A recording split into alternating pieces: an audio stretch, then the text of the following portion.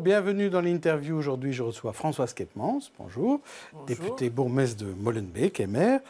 Tout d'abord, une petite réaction concernant une déclaration gouvernementale où vous n'étiez pas, et c'est normal, puisque vous n'êtes pas au Parlement bruxellois, vous êtes à la Chambre. Rudy Vervoort, hier, lors de sa déclaration de politique générale au Parlement, s'est plaint des fake news qui circulent parce qu'elles sont accolées à Bruxelles. Alors, votre réaction, je vais vous proposer 3 types de réactions. Réaction A, il a raison, tout va bien à Bruxelles.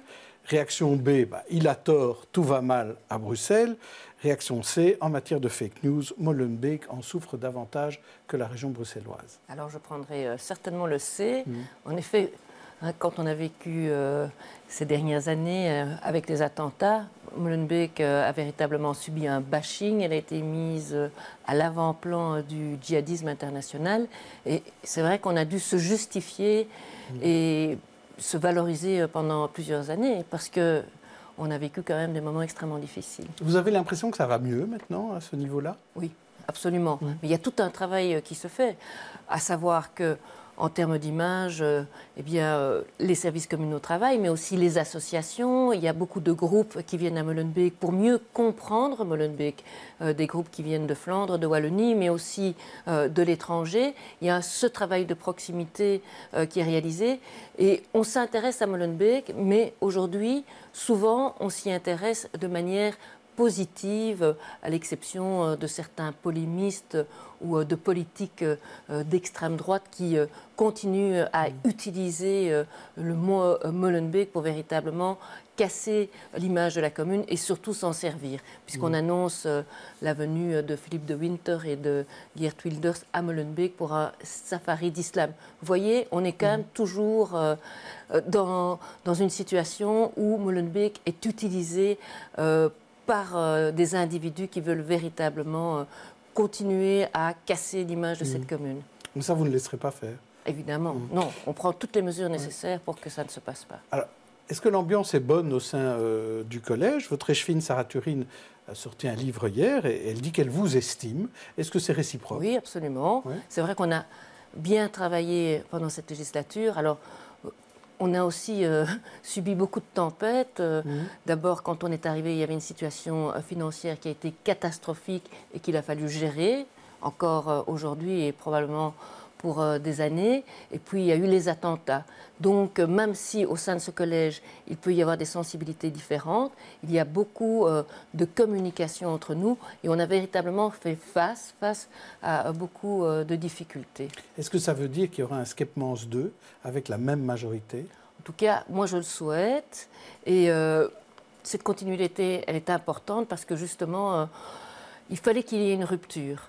Et le travail qui a été réalisé, les projets qui sont mis en place, eh bien, ils doivent encore se poursuivre. Ce n'est pas encore l'heure du retour des Moureaux? Écoutez, il y a toujours la question des élections et puis du vote des citoyens. Alors, il y a des critiques sur les subsides accordés dans le cadre du plan Canal, et notamment concernant cette ASBL flamande, We Love Brussels, qui s'est vu octroyer 100 000 € par le ministre Jan Bon. Mais la convention devait se faire avec la commune et vous bloquez cette convention. Pourquoi? Parce que même si Love Brussels est une association et un projet sympathique, il faut nécessairement qu'il s'inscrive dans le tissu associatif molenbeekois. We Love Brussels vient s'installer à Molenbeek, s'adresse à tous les Bruxellois, mais il doit le faire en partenariat avec la commune, avec les associations et dans un cadre bien fixé. À savoir, il ne s'agit pas pour la commune de la déradicalisation. Nous ne sommes pas concernés par les FTF ou les retournistes. Nous souhaitons faire de la prévention pour les jeunes à travers le sport, la culture, la formation, en valorisant les jeunes, en leur donnant une identité.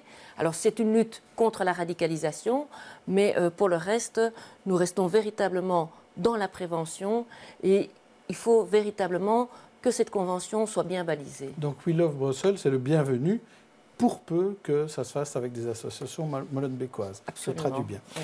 Alors, justement, hier, le ministre de l'Intérieur, Yann Yambon, était chez vous, à Molenbeek. Il est venu à une réunion de la NVA dire un peu tout le bien qu'il pensait de son propre plan Canal. Il a signalé et annoncé quelques chiffres intéressants. La criminalité est en baisse dans la zone ouest au premier semestre de cette année, moins 14% par rapport à l'an dernier.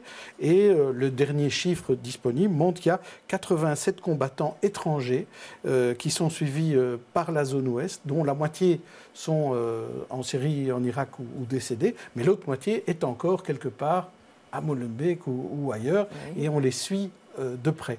Vous confirmez ces chiffres du ministre ? Alors c'est vrai que le fait d'avoir eu un apport de 50 policiers après les attentats de Paris nous a aidés dans le contrôle notamment de toutes les activités illégales de drogue, papier, parce que on a vu le lien qu'il y avait entre cette criminalité et le djihadisme, le radicalisme. Donc c'est positif. Je pense que la zone de police a véritablement fait un bon travail en collaboration avec des policiers du fédéral. Et les résultats sont en effet positifs. Pour le reste, les individus que vous citez, ils sont soit suivis par le fédéral, par le judiciaire, soit ils sont suivis par la police de Molenbeek. Et donc, il y a une collaboration qui se fait, notamment à travers la cellule de sécurité locale intégrée qui existe à partir de la commune, avec un service, le service juridique, police, prévention, urbanisme, démographie. On cerne véritablement les situations problématiques ou les individus problématiques qui se trouvent sur le territoire de la commune. Et ça existe, je pense, aujourd'hui dans toutes les communes qui sont concernées par le radicalisme. Mais c'est vrai qu'aujourd'hui, Molenbeek a une expertise en la matière. Donc vous êtes satisfaite de ce plan Canal aujourd'hui en 2017, fin 2017, c'est positif? Dans son aspect sécurité, moi je suis satisfaite, mais évidemment j'aurais souhaité qu'il y ait aussi des moyens qui soient débloqués pour la prévention. Et ceux-là sont insuffisants de la part du fédéral, mais je dirais, et surtout de la part de la région bruxelloise et des communautés qui ont un rôle essentiel à jouer également dans ce domaine. Alors hier à la Chambre, vous avez voté le rapport final de la commission attentat. Alors parmi les recommandations, on parle beaucoup de meilleure communication entre les services, mais vous, quelles sont les recommandations qui seront mises vraiment en avant au sein de la commune, par exemple? Alors moi, ce qui m'a... je pense que la question de la grande mosquée, elle est tout à fait essentielle, et c'est vrai qu'elle doit revenir à l'exécutif des musulmans qui doit y jouer un rôle important. Il y a aussi la situation des victimes qui doit être beaucoup mieux mise et prise en considération. Et ensuite, on a parlé justement de la collaboration qui est essentielle.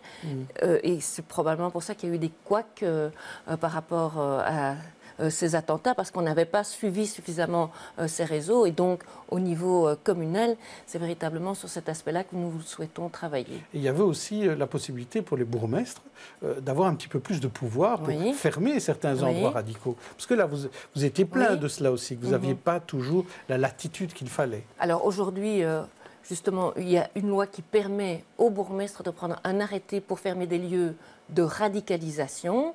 C'est vrai que jusqu'à présent, on utilisait l'arme de l'urbanisme pour pouvoir le faire.